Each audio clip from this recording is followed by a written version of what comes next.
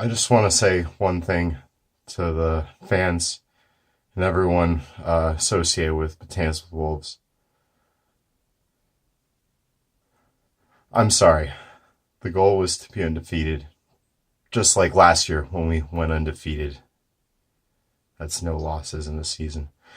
And because I'm a legendary manager, I constantly push myself and try to use a lot of my roster in the best way to win every week.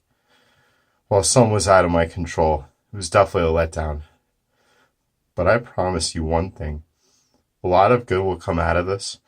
You will never see any manager in the entire league play as hard as I will play the rest of the season. And you'll never see someone push to improve the roster the way I will push to improve the roster.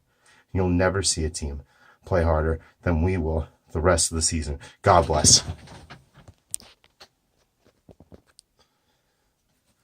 Hey guys, Matty Baseball here. After week one of the Super League, it was a week and a half, but it was 1 week in the standings, and it was a doozy for some of us, me especially. But yeah, it was. It showed that that this is going to be a league with parity in it, and teams are going to be very competitive. Both of the champions from the leagues that were merged last year lost, albeit by very different scores. And two of the three newcomers won. One of them a little more unexpected. I'm sure there will be many twists and turns to come. But yeah, so I lost to Terry in a rematch of last year's Yahoo finals, where I won really decisively in almost every category. It was pretty embarrassing. This was obviously disappointing. My team had a strong first 2 days, but had a really disastrous opening weekend, like Saturday and Sunday specifically, kind of carried over to like middle of the week. I tried to do a lot of things to right the ship back. I streamed pitchers. I benched a couple of pitchers. I left my starting first base spot open for a couple days to try to get batting average up. And Ian Desmond's been trashed to start the year, and that was honestly the one position. Excuse me.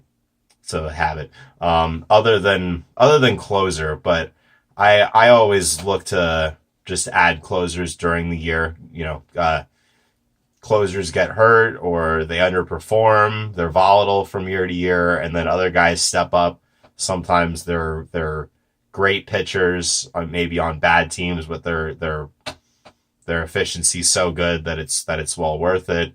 Or they're guys that take over really good teams. So that's always a category that I punt early on in the season, but I really liked my lineup coming into this year. I still do. I went from not being sure if I wanted to draft Francisco Lindor in the second round. Knew he was gonna start the season on the IL, it seemed like. He seemed to be going along quite well. All of a sudden it's like he might not, not only might he not require an IL stint, but he might actually be ready for opening day.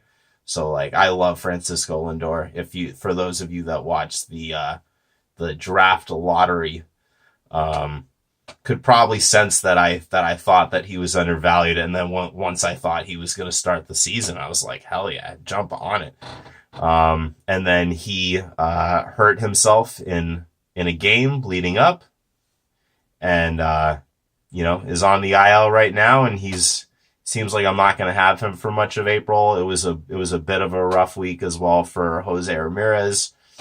Got hit with a pitch right before the season started, leading up in spring training, like a few games before, and then it happened again a couple days ago. That was kind of rough. He was out of the lineup for a day, and I took him out of the lineup obviously because of that. And he was so hurt that he came on and he not only pinch hit, but he stole a base after that. And that was a category that I desperately needed to win, a category that I thought for sure that I had an advantage over Terry on. I do That will show going on. I think I have a top 3 or 4 team as far as stolen bases. Not number 1, but good enough. So that was kind of rough. I had a rough bunch of performances from a number of these guys. Let's see. I mentioned Ian Desmond before. Let's take a look. I was under 200 for like late, about 7 or 8 days. I was under 200 in batting average, and I was under 600 in OPS. It's just god awful. But all right, I meant to be a little snappier with this. My apologies. But yeah, Jose Ramirez, 194 batting average. He did get 2 steals late for me, thankfully. No home runs. Michael Brantley, couple home runs, but only a 257 batting average. That was another category that I projected to do very well in. Did not happen. Only hit 209 this past week, and like I said, under 200 for a long time. Eddie Rosario, 172, gets benched on Saturday. Take him out of the lineup. Hits a pinch hit 3-run home run. Another category that I was in a seesaw battle in was RBIs. I thought I could have won that. That was devastating. AJ Pollock had a pretty good matchup. Lorenzo Cain was pretty good. That was it. Desmond, trash. Profar, really bad. Benched him yesterday, got a steal. Chris Bryant hit a home run, but definitely below expectations for him. Hunter Renfroe doesn't really seem to play, although he had a 2 home run game after I dropped him. I let him go. Yeah, it was a rough matchup. Lost by 1 in runs. Was leading that one pretty consistently the whole week, even when I was behind. Stolen bases, like I said, I should have won. Came back, finally took over late, and Domingo Santana with 2 steals is ridiculous. My pitching actually, it's a bit of mixed results, but like from where I was earlier, I feel okay about that. And Trevor Bauer looks awesome, and at least I have like a real ace. Even if some of these I have a bunch of high upside guys, some of them not paying off so far. But if my 2 concerns are definitely starting pitching depth and first base. And as far as the offensive categories, home runs and OPS, Terry and I were talking about that.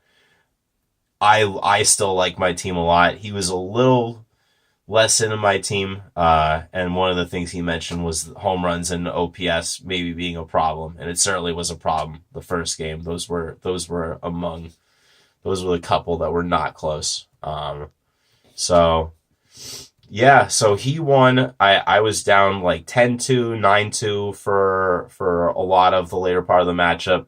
I brought it all the way back to 8-4. Briefly thought that I could at least get it to 7-5. And then just about every little thing went wrong on Sunday. He had a starter get scratched that if I had known that, I would have not started both of my guys, and then they both lost. And I was leading losses the whole week. I lost that. There's this tough way to go. But as I mentioned before, when I was channeling Tim Tebow, though, my favorite college football player of all time, my favorite player in the Mets farm system of all time as well, for sure. No doubt on either of those 2 things. Yeah,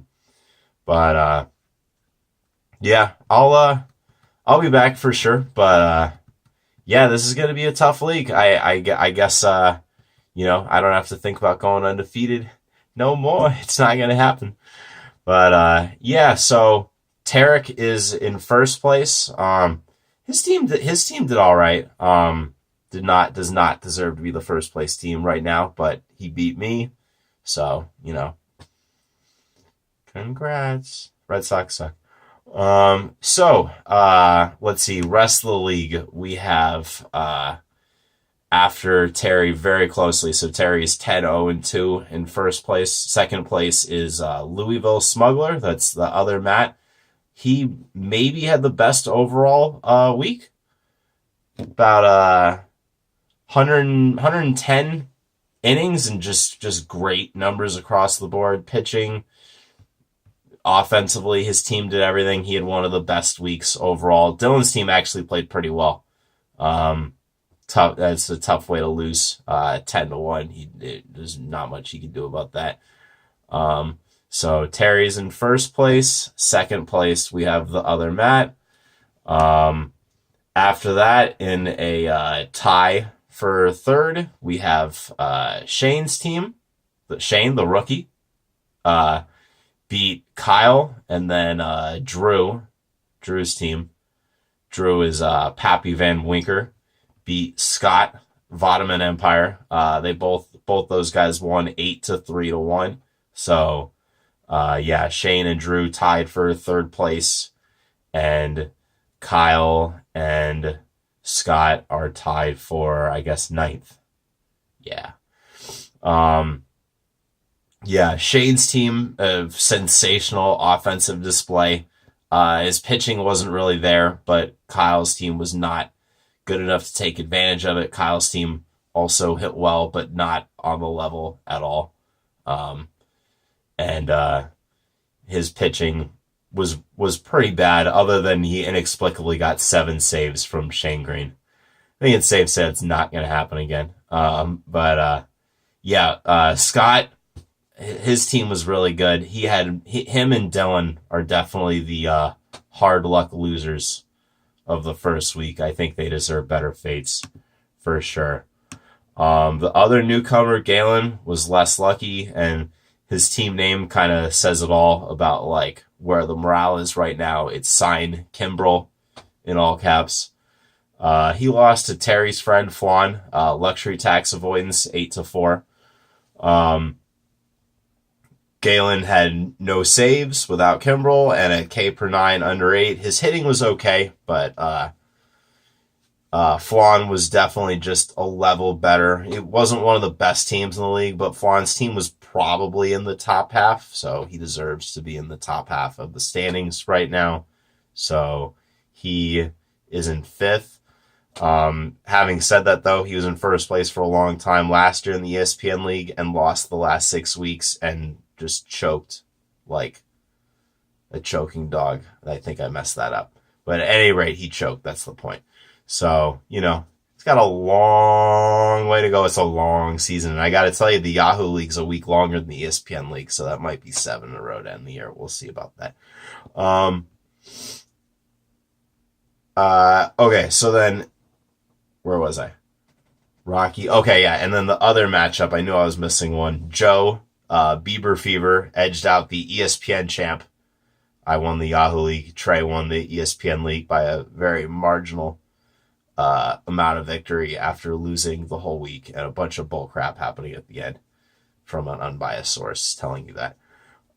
So Joe Bieber Fever beat Trey Rocky Mountain High 6-5-1. Actually, Trey's team also played really well, so we kind of had 3 really hard luck losers with him, Scott, and then to a lesser extent Dylan. Joe's team was largely great, although batting average only hit 221, relying on 11 home runs from Gary Sanchez and Paul Goldschmidt combined, a 3 home run game from Sanchez. That was a beautiful, beautiful thing to watch, I must say. Gary Sanchez is back, baby. The Kraken has been re-released. Oh, it's beautiful. So Joe is in 6th, and Trey is in 7th as we finish up week 1, 10-day matchup. We go back to the regular 7 days after this. As far as moves from the week, not a bunch of little things for the most part. I think the biggest move potentially is Terry picking up Miguel Andujar, a guy that I wanted to pick up, but he was dropped late enough in the week. We only get 7 moves a week. So, which I like that because you have to look at each possible scenario that you're looking at and evaluate based on how much time is left in the week, and maybe you're trying to set things up for prior matchups, or you're just trying to build your team. You got to decide whether or not guys are worth it. And I I decided to not try to put in a claim for Miguel Andujar, which I know that if I did against Terry, I would have gotten him because Terry had the number 1 pick, so he was last in the waiver. So for sure he wouldn't have gotten him. I had a choice. I let him go. I was hoping he would still be here on Monday. He's not. Terry picked him up. He was dropped by Flan, which to me it's actually a worse move that he dropped him because he has nobody on his DL, so it's just completely unnecessary. Miguel Andujar is a really, really good hitter we've seen, and it's just a move that didn't need to be made right now, and infield depth maybe will be a problem for him later on. Andujar, they've talked about having season-ending surgery, but they've said it's a minor tear, and strength is still there in the shoulder. He's already fielding again. It doesn't. I mean, he could need surgery. We could find out in a couple weeks, and then crap, he is out for the year. It is possible, but it does seem like the Yankees are not bullshitting us in thinking that he can rehab and come back. I think that's very well in play. So the best move, Terry being able to take a chance on getting him, and Flan for dropping him. I think that's the big mistake of the week. I mean, it may not matter. We'll see. But I definitely there's no reason to make that move then. He could have waited, but he still won. So, and he still has other players, blah, blah, blah. All right. So then, week 2, we got the 2 last place teams squaring off. That's me and Dylan. There's no must wins this early in the year, but obviously it'd be not ideal for either of us to lose, especially with winning percentage already super low. So good luck to you, Dylan. Also, suck it. And then also we have Trey looking to bounce back, the other champion. He's going to face his ESPN rival, Terry. They were trading the ESPN titles for a few years. He's looking to knock Terry out of first place, who I would say has not had the first place team so far, but his team played pretty well, led by his top pitchers and then some power hitting, especially late in the matchup. Earlier in the week, he was a little more middling. And then third place, Shane, going to face second place, Matt, Louisville Smuggler. See if the rookie manager can go 2-0 to start his first year. I'm going to say good luck on that based on how Matt's team played. Also, teams in the top half of the standings play each other. 5th place, Flan, 6th place, Joe. It's going to be an interesting one. Based on last week, I would say slight edge to Joe, but obviously it's only baseball is, much bigger sample sizes. It's a long season, guys, 21 weeks. So yeah, that's one of the matchups. And then Galen, in 8th place he's just gonna keep putting his hands clasped together and, pray that Craig Kimbrell signs, and also hope that Drew's team doesn't play as well this week as he did the last week, because his team was gangbusters pretty much for the most part. Also, near the bottom of the standings, Kyle and Scott tied for 9th place. They're going to face off. That's an interesting matchup. 2 guys that have never played each other before. I would say slight advantage to Scott, but we'll see. And then, am I missing a matchup? Was that all 6 of them? Oh, I'm so professional. Dylan, Terry, Shane, 4. Yeah, that's it. Yeah, all right, cool.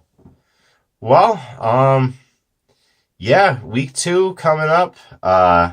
So right now, our early playoff teams, we got Terry, the other Matt, Shane, Drew. And then 5th, who's 5th? 5th is Flan, and then 6th is Joe. I mean, it seems like a conceivable 6 teams in general, except for Shane, I would say. And Shane's realistic about these things, He likes to win, he likes sports, but he knows his baseball knowledge he's more of a basketball and football guy. He's trying to get more into baseball. He's sort of the non-huge fan of the group. And then very early on, you gotta say Drew and Matt, the early front runners based on the first week of play, first week matchup. But yeah, it's gonna be a crazy season. It's a Super League, so we'll check back in later, see what developments happen. Good luck to you guys. Dylan, you're a piece of trash. You're gonna lose this week. You're gonna lose. All right.